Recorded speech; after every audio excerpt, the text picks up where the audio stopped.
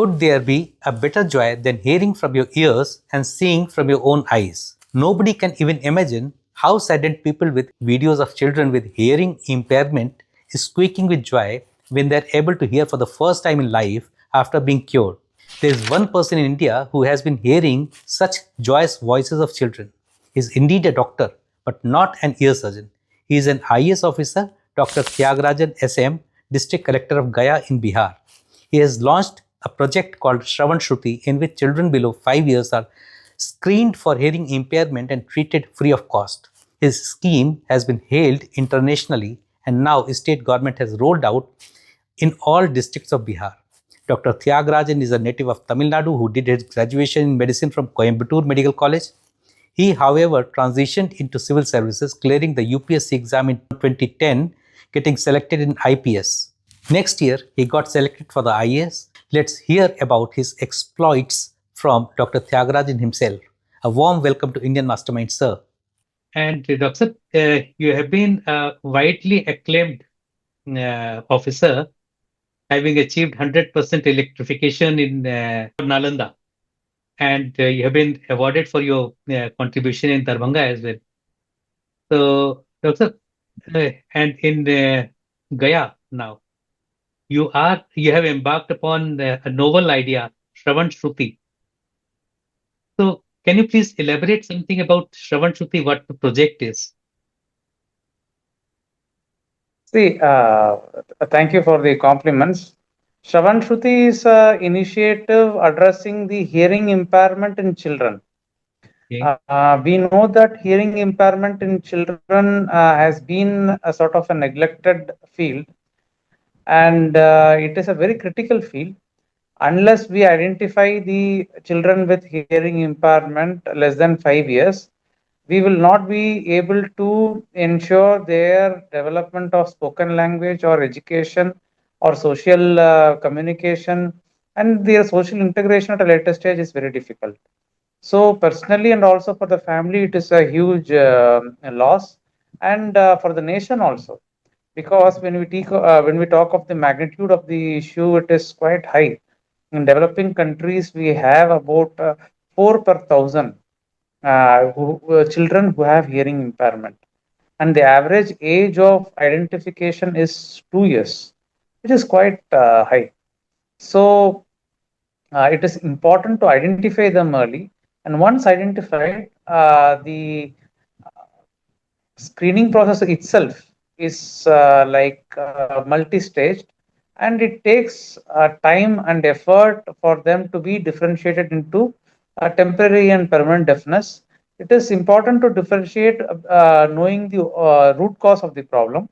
Only then we can identify the intervention procedure that will help them completely cure and completely not only cure the hearing impairment, but also ensure that they speak well.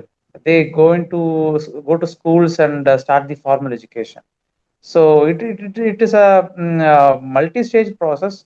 Hence, we took up the task of end-to-end approach to this issue.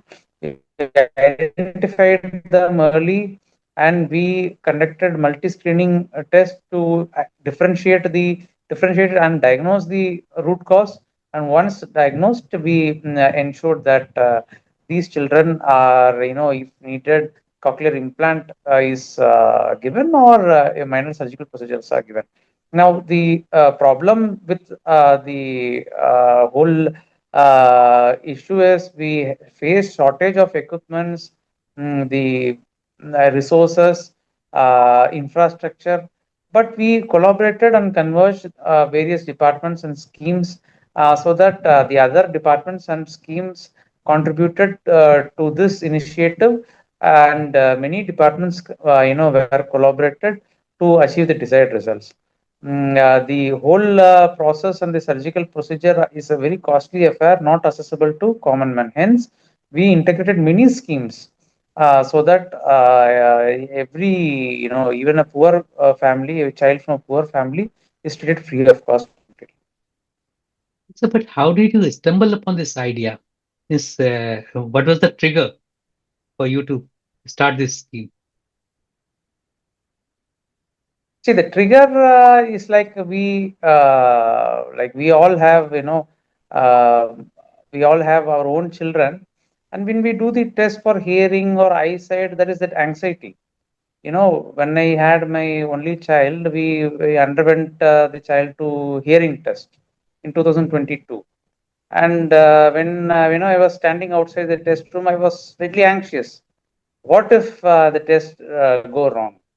Now, this anxiety, if if we can relate with the parents of the district, and most of the parents even do not know that their child is having hearing impairment because lack of awareness, and the newborn screening program is limited to the tertiary hospitals. So that anxiety, as at a personal level, I wanted to translate that into a campaign where parents of the district also get rid of the problem, and the whole family is happy. Okay. So were there any stumbling blocks or maybe bottlenecks while you pursued this scheme? Yes, because as I said, the screening is multi-stage. It takes effort and cost also. Resources like audiologists, we need audiologists. So we mobilized the children below 5 years of age at the Anganwadi centers, which are natural footfall areas. There, we arranged audiologists from the health department, education department, and various other departments. And the children were assembled there, and they were tested with the auto-acoustic emission tests using the audiologist. There was shortage of equipments and human resources also. So we integrated these resources from the health department, education department, social security department, and we assembled them under one umbrella, and formed a roster and performed the screening of children. Once the children were found to be having hearing impairment, then the second stage test is brainstem evoked response audiometry, which is again a costly screening at the district level, district early intervention center. There we facilitated the test, and once the children were found to be deaf, having hearing impairment, then they were categorized into temporary and permanent hearing impairment. Permanent hearing impairment mostly needed cochlear implant surgery. Then we searched for schemes where we could get the help. There was one ADIP scheme of central government, the RBSK scheme of central government, and we collaborated these schemes and found. And it's also important to note that the cochlear implant surgery it does not happen in most hospitals. It happened in very few hospitals across the country, and the surgery is quite costly, about 6 lakh rupees at least minimum cost. So we entered into a MOU with SN Mehrotra Institute of Kanpur, and we started performing surgeries at Kanpur in this hospital. The travel and other logistics were taken care of by the district health society, and there after the surgery, cochlear implant, we started the speech therapy of these children at Gaya only. It goes on for 2 years. Again, it is covered under the ADAP. So there were challenges of equipments, resources, infrastructure, and the again creating awareness, counseling the parents for children. We had these difficulties in the initial stage, but now with the success, when the others watched the children who could not speak, could not hear, or now speak and recite alphabets, numericals, other parents are ready to come forward, and we have screened so far 4 lakh children, and we have taken care of 1769 children so far. So, Doctor, is it because you are a doctor? Is it because your medical background has come in handy in launching this scheme? Yes, medical background gives me the technical knowledge behind things, how things should be done. Definitely help, uh, but it is not that medical knowledge is needed for the achieving the results under these schemes, and helping the poor children. Without medical knowledge, also it can be easily done. It can be easily replicated. But at a personal level, medical knowledge definitely helps. Doctor साहब अभी तक कितने बच्चों का आपने screening कराई है जिले में? गया में, और अभी तक अभी कितने तक बच्चों को? 4 लाख के ऊपर बच्चों का स्क्रीनिंग हुआ है, जिसमें लगभग 1769 बच्चों को हम लोगों ने ट्रीटमेंट दिया है। कुछ बच्चों को कॉक्लियर इम्प्लांट किया गया है, कुछ बच्चों को माइनर सर्जरीज और माइनर ट्रीटमेंट हॉस्पिटल लेवल पर दिया गया है। जी जी। तो और कितने बच्चों का जो कंप्लीट डेफनेस था, जो जिसमें कॉक्लियर कम इम्प्लांट की जरूरत थी? कॉक्लियर इम्प्लांट का जरूरत जो है 70 बच्चों पे था। उसमें से कितनों का अभी तक ट्रीटमेंट हो गया है? अभी तक कुल 72 बच्चों पे था, इसमें 70 बच्चों को हम लोगों ने कॉक्लियर इम्प्लांट दे दिया है। और जैसे जैसे बच्चा आइडेंटिफाई हो रहे हैं, सब बच्चों को हम लोग कॉक्लियर इम्प्लांट सर्जरी करा। Very nice. So, have you been there when they were being treated, or you have just ensured the treatment, and you have been in Gaya only? बच्चे after they come back from surgery, they definitely meet me, and we meet them in groups also with parents, and the parents are really happy when they understand that the children who could not hear a sound now can reproduce what is being spoken, then recite numericals, alphabets. It's a wonderful sight, and they are going to school. They're almost like normal children, so it is quite satisfying. So, have you ever recorded their reaction on camera or phone when they come back and Yes, and yes, lot of documents that we have, where after first word they speak, or first time they hear their mother's voice, first time they hear their father's voice. So we have a lot of documents. It's very touching and moving videos. yeah, because I saw a video online once when these children they hear for the first time, and their reaction is completely different, so exhilarating. Yes, yes, This must be very rewarding for you also कि मैंने जो कर yes, रहा हूँ yes. It तो is. This is something which is, the impact is directly visible, especially among the most vulnerable section of the society, poor children, people who cannot afford surgery and costly treatments. So it is really rewarding. You're right. So when do you think Gaya will be completely free from hearing impairment? See, हो that is पाएगा? what we are looking at. See, the screening has around 15% of, false positives at the screening stage. And we have screened 4 lakh children so far, but we are in the process of screening, and door to door survey is also going on continuously. I would say we have covered around 80 to 90% children, and every year, as you know, the birth rate is also, we have to cover that section also. We, we are definitely working upon it, and maybe within another 6 months, we will comfortably say that we don't have deaf children less than 5 years. Okay. So the state government has decided to adopt your scheme in other districts also. Is it true? Yes, the state government studied the scheme, and they have, really appreciated it, and they have, since, as you would understand, it has no additional cost involved. State government readily accepted it, and they have named it as Pal Shravan scheme, and they have gone into the state health society has gone into a MOU with the same hospital with which we have the MOU. So it's good news. So how many districts have already rolled down in this The scheme? whole of the state, it has been started. Very nice. And this institute in Kanpur, is it a government or private institute? No, it is a private institute. It's a private memorial trust, but it is one of the 100 empaneled hospitals under the ADIP scheme. ADIP scheme provides assistance to disabled persons under the central government disabilities department. So it is one of the 100 empaneled hospitals under the ADIP scheme, and we are working under ADIP scheme only. So they must be subsidizing the treatment, or they are charging the Yes. same amount. No, like if we enroll the child in the empaneled hospital, they will enter the details in the portal of the central government, and they will verify the details. And after that, they will order for cochlear implant. Right. The equipment itself is quite costly, and then after they get the equipment, Alimco procures the equipment, and after that they do the surgery.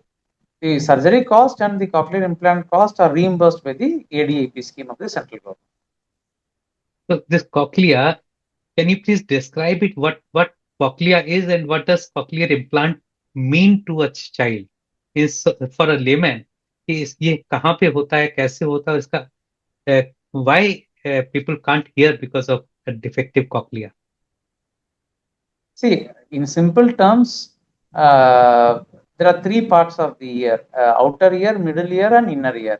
The Right. inner ear has the cochlea. Cochlea has a direct connection with the auditory nerve. The auditory nerve reaches the brain, so that the impulses that reach the cochlea through the outer and the middle ear to the inner ear, from there the cochlea transmits it to the brain. There the brain processes as the sound, and then we respond to the sound as speech or however we want to respond. So when the cochlea is such a defect, it cannot transmit to the brain. So we implant artificial cochlear implant, and we have a outside device which transmits the impulse to the that device, and that device inside the cochlea, that will have a direct connection with the auditory nerve, which will act as like artificial cochlea, you can say. Okay. And are these artificial cochleas manufactured in India, or they have to be imported from? They are manufactured in India also. They are manufactured in India. Many companies manufacture it, and they are imported also. Gee. So are you being invited by other districts or states as a subject expert when they launch this scheme, or now they have understood and they are doing it on their own? No, I have given presentations at the state level, at the district collectors meeting, and I have given even the judiciary officials were kind enough to hear patiently hear the scheme, and they also appreciated it. The High Court judges had a conference, and I had an opportunity to present there also. So wherever I have given the information, people were really appreciative, and they were really receptive of the idea. And the good thing is it is easy to replicate, and we have institutions who really want to replicate it. The state Really? government is really looking forward to expand it throughout the state. So have you ever thought of devising a similar scheme for visually impaired, or for other physical disabilities also? See, when we speak of disabilities, there are many disabilities, but in children, this shares the highest percentage, the hearing disability, and it is very it is the most difficult disability to sort of treat, in my knowledge, because right from the awareness to the multi-stage screening process to surgery, costly surgery, and then rehabilitate the child regularly, it is a lengthy process.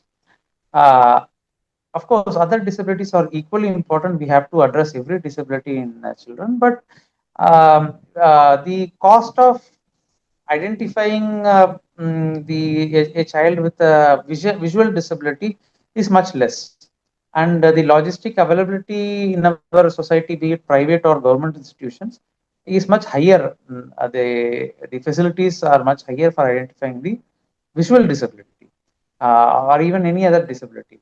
But somehow this disability, I find that the availability of resources has not been, both in private and in government sector, has not been adequate, not in proportion with the scale of the disability. So it was important to address this. Definitely, if I get a chance to address other disabilities, I'll be very happy to work upon other disabilities. And I hear that you have been getting accolades from other states as well, not only Bihar, but from other states. Means they also want to roll out a similar scheme in their state. Is it true? Uh, People have been, I've been happy to share the ideas with other districts, other states. I'm not really aware of other states, like I'm not really aware of those details, but regarding Bihar, Bihar government has taken up the scheme throughout the state. Well, congratulations to you for launching such a novel project, and I think we'll keep on interviewing whenever you take up another such project, and we'll come back to you. Thank you very much, Dr. Thiyagrajan, for sparing time for Indian Masterminds. We shall come back to you to cover more of your unique initiatives time and again.